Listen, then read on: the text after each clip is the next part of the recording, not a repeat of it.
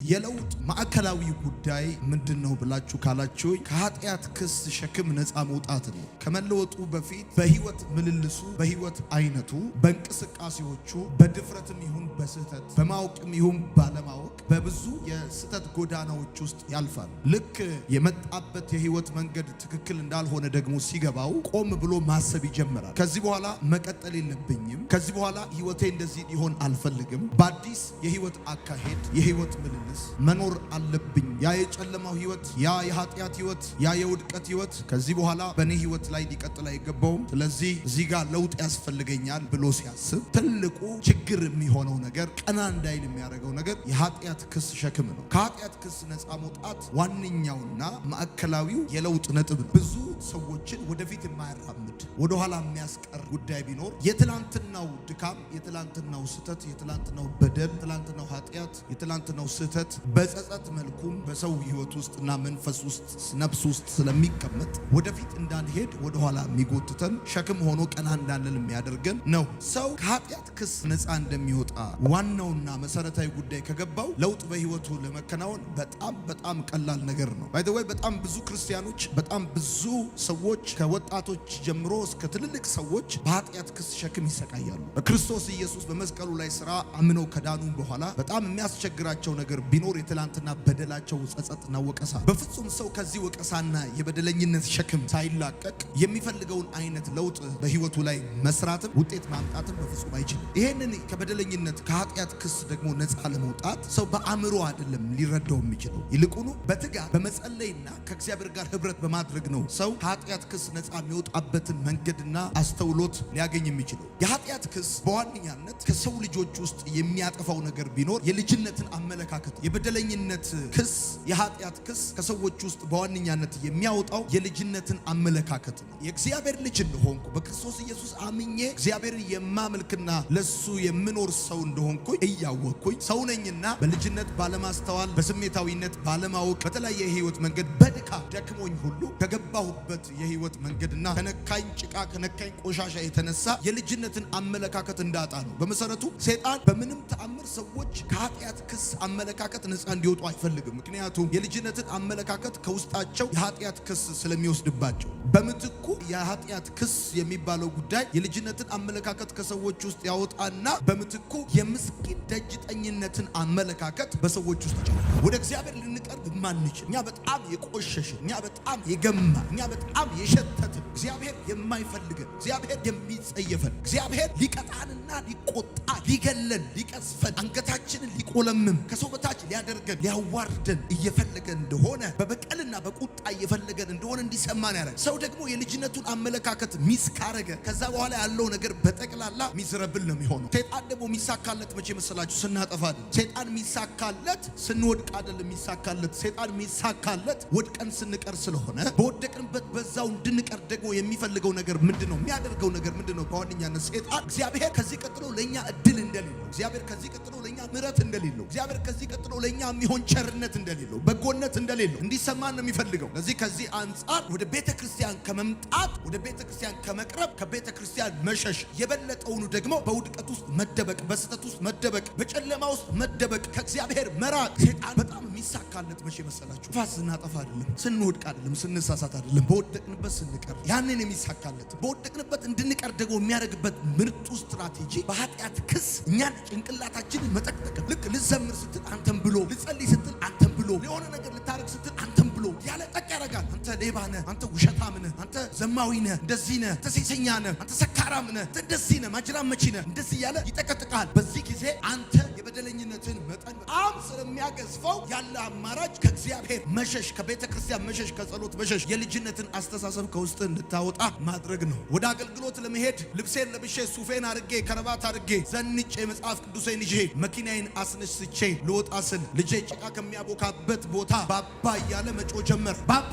እያለ መጮህ ጀመረ። ከዛ መኪናዬን አቆምኩኝና ዞርኩኝ። ስለዚህ ሌዊ እየሮጠ እየመጣ ነው። አሁን አንድ አማራጭ አለኝ። ያለኝ አማራጭ አንድ ጉዳይ ነው። ለፕሮቶኮሌ፣ ለልብሴ፣ ለሱፌ ዋጋ ሰጥቼ እየሮጠ የመጣውን ልጄን መከልከል፣ ፊት መንሳት፣ ለልጄ ጀርባዬን መስጠት፣ ወይም ደግሞ ልጅነቱ በልጦብኝ ከኔ ፕሮቶኮል ከኔ ማንነት ከዛ አንጻር ልጅነቱ በልጦብኝ ከነጭቃው ማቀፍ። ስለዚህ ልጄ እየሮጠ ሲመጣ መልኬን እሱ ላይ አየዋለሁ፣ ፍቅሩን አየዋለሁ፣ ልጅነቱን አየዋለሁ። ያችሁ ልጄ ከነካው ጭቃ በላይ ልጅነቱ ዋጋ እንዳለው ስለገባኝ ከነጭቃው ብድግ አደረኩና አቀፍኩት። ሴጣን ይሄን እንድትረዱ አይፈልግም። ለእግዚአብሔር ከነካችሁት ነገር በላይ ከገባችሁበት ነገር በላይ ከወደቃችሁበት ውድቀት በላይ እናንተ ላይ ከተለጠፈው ቆሻሻ በላይ ማተር የሚያደርገው እናንተ የተፈጠራችሁበት መልክ ነው። ሰውን በመልኩና በምሳሌው እግዚአብሔር ፈጠረው። ስለዚህ ልጁ ኢየሱስ ክርስቶስን በመስቀል ላይ ከፈለለት። ያላችሁ የልጅነት ዋጋ ከምንም ነው የሚበልጠው። አዎ ወድቃል፣ አዎ ተሳስታል፣ አዎ በተለያየ የህይወት ሁኔታ ውስጥ አልፈሃል። አሁንም እያለፍክ ነው ያለው። ግን አንድ እውነት እነግርሃለሁ፣ ከነካ ነገር በላይ ደሙ ነው የሚበልጠው። የደሙ ኃይል ካንተ ኃጢአት ይበልጣል። የደሙ ኃይል ካንተ ቆሻሻ ይበልጣል። ይሄ ደም ያነጻው የማይችል ምንም ነገር የለም። ይሄ ደም ከየትኛውም አይነት ኃጢአት። ልጄ አንድ ጊዜ ከትምህርት ቤት መጣ። ሲመጣ አስተማሪው ኤክስ ኤክስ ኤክስ ኤክስ ሰጥተዋለች። ከዛ ልጄ ኤክስ ኤክስ የሰጠችውን እያየው እኮ ነው። አቤት ራይት የኔ ልጅ፣ አቤት ራይት፣ ይሄ ሁሉ ራይት የኔ ልጅ፣ ይሄ ሁሉ ራይት፣ ይሄ ሁሉ ራይት የኔ ልጅ፣ አንተ እኮ ጎበዝ ነህ እኮ ነው እሸልምሃለሁ እኮ አልኩት። የኔ ልጅ ኤክሱም ራይቱ ምን እንደሆነ አልገባውም። እሱ እዛ ጋር እየተከናወነ ያለው ጉዳይ፣ እኔ ግን አባቱ ነኝ። ነገው ያሳስበኛልና ነገው ያስጨንቀኛልና ኧረ አስተማሪው የሰጠችውን ኤክስ አይደለም የማየው፣ ልጄ ነገ ዴስቲኑን የማየው። ታውቃላችሁ እግዚአብሔር እንደሚወዳችሁ፣ ዛሬም ለእግዚአብሔር ልጆች እንደሆናችሁ፣ እንደሚፈልጋችሁ፣ በልጁ በክርስቶስ ኢየሱስ ዋጋ እንደከፈለላችሁ፣ በቀራንዮ መስቀል ላይ ደሙን እንዳፈሰሰላችሁ፣ ከዚህ ደም የሚበልጥ ኃጢአት በምድር ላይ እንደሌለ፣ ገና ወደፊትም እንደማይኖር፣ ከዚህ በፊትም እንደሌለ፣ ኢየሱስ እንደሚወዳችሁ፣ ወደ እግዚአብሔር እንድትቀርቡ እንደሚፈልግ፣ ወደ እሱ እንድትመጡ እንደሚፈልግ፣ ወደ ቤተ ክርስቲያን የሚመጡት ጻድቃን ናቸው አላለም ጌታ ኢየሱስ። እንደዚህ አለ፣ እናንተ ደካሞች ሸክማችሁ የከበደ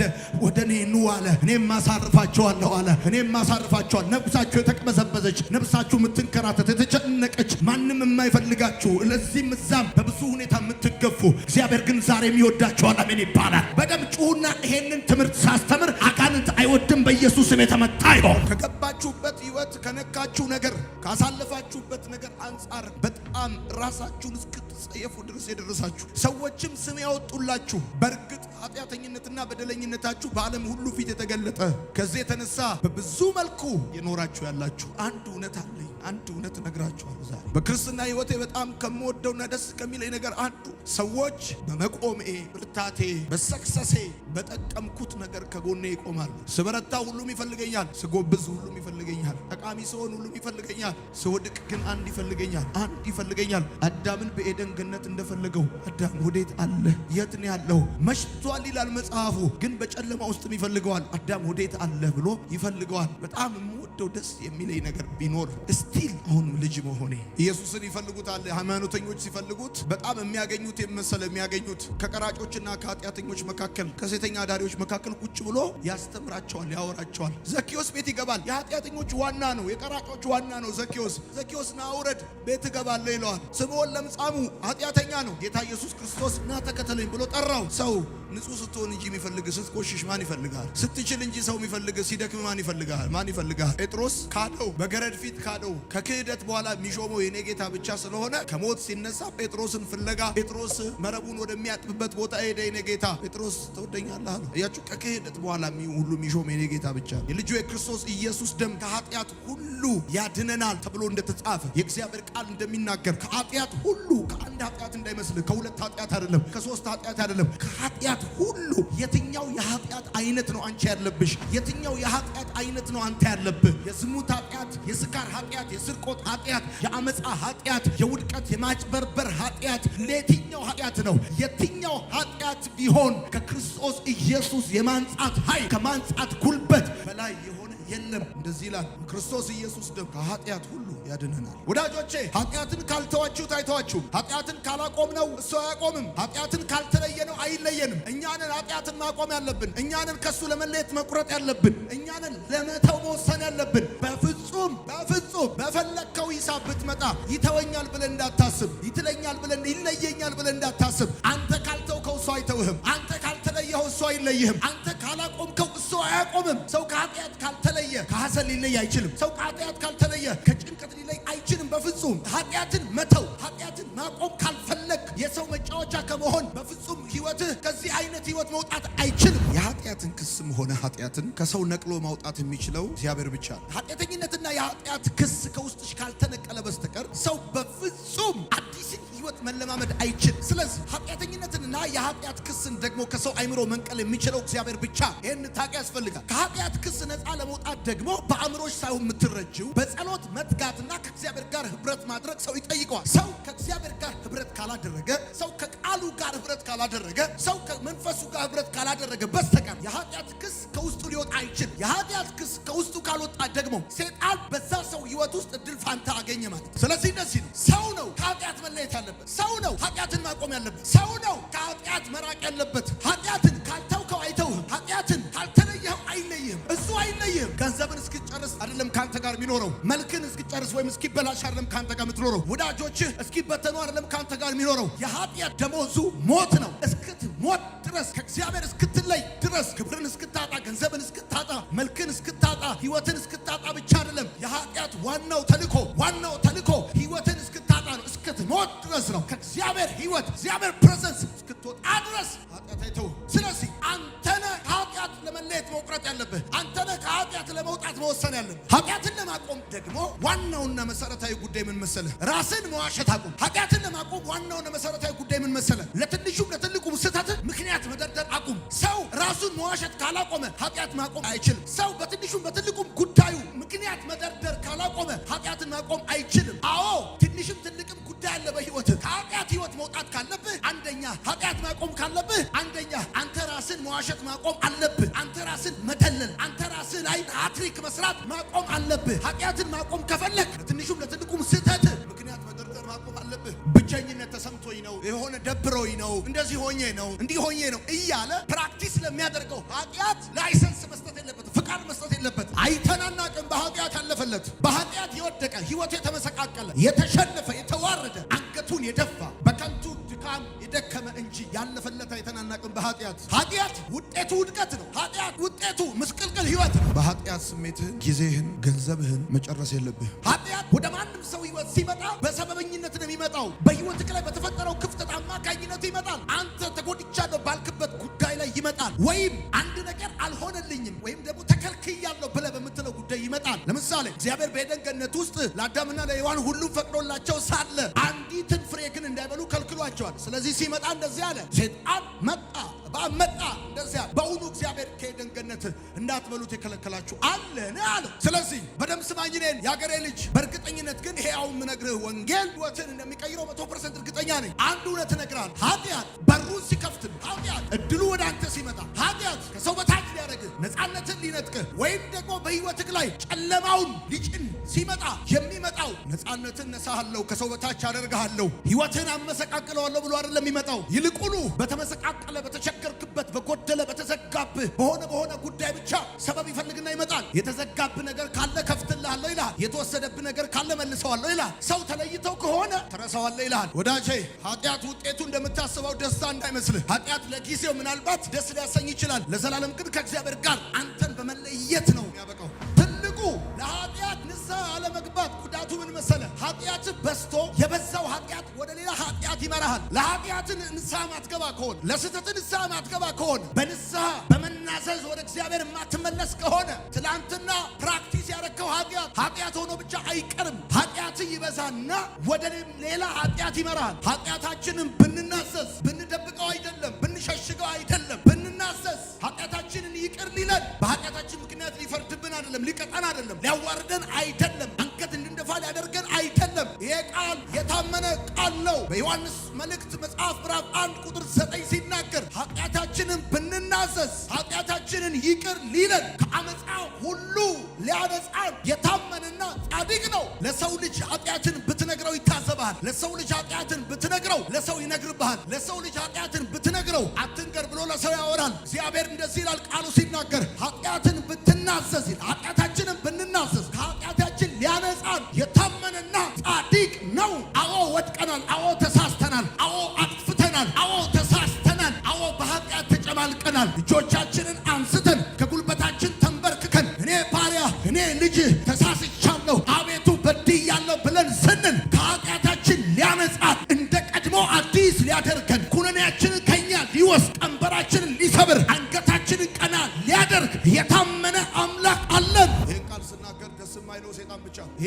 ስናገር የማይወደው አጋንንት ብቻ ለመሰለ ሁልጊዜ እየተወቀስክ እያነከስክ እንድትኖር ይፈልጋል። ሁልጊዜ አንካሳ እንድትሆን ይፈልጋል። ከኃጢአት በሽታ እንድድን አይፈልግም። ወደ እግዚአብሔር እንድትመጣ አይፈልግም።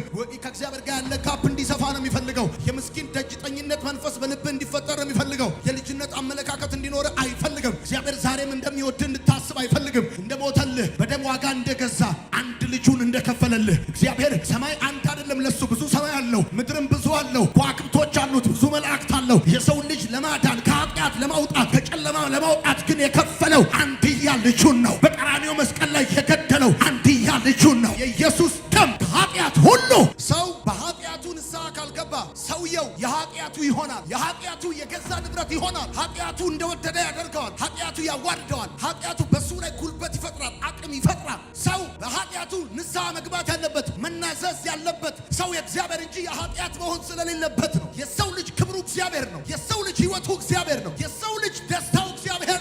አንድ ሰው 2 ልጆች ነበሩት ይላል። አንደኛው ድርሻውን ተቀበለ፣ ሄደ፣ ድርሻውን ይዞ ሄደ፣ ወደ ሩቅ ሀገር ሄደ፣ ደነሰ፣ ጠጣ፣ ጨፈረ፣ ከሴተኛ አዳሪዎች ጋር የሚፈልገውን ሁሉ ሆነ።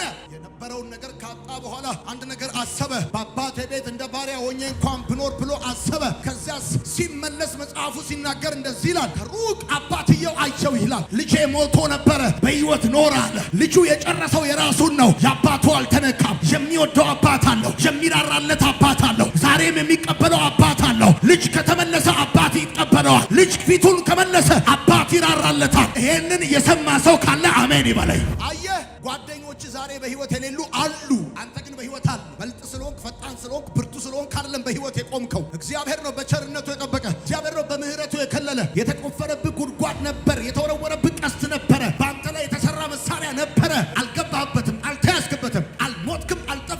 ዛሬም በሕይወት አለ። እንዴት አመለጥክ ቢባል በብልጠት በችሎታ በጉብዝና አይደለም፣ በቸርነት ነው። ታዲያ እግዚአብሔር በቸርነቱ ይሄንን ማክሰኞ ቀንን ያጨመረልህ በንስሐ እንድትመለስ ነው። የእግዚአብሔር ቸርነት የንስሐ ጥሪ ነው። ልጄ በንስሐ ተመለስ። ንስሐ የሚጸጸት ሰው መገለጫ ነው።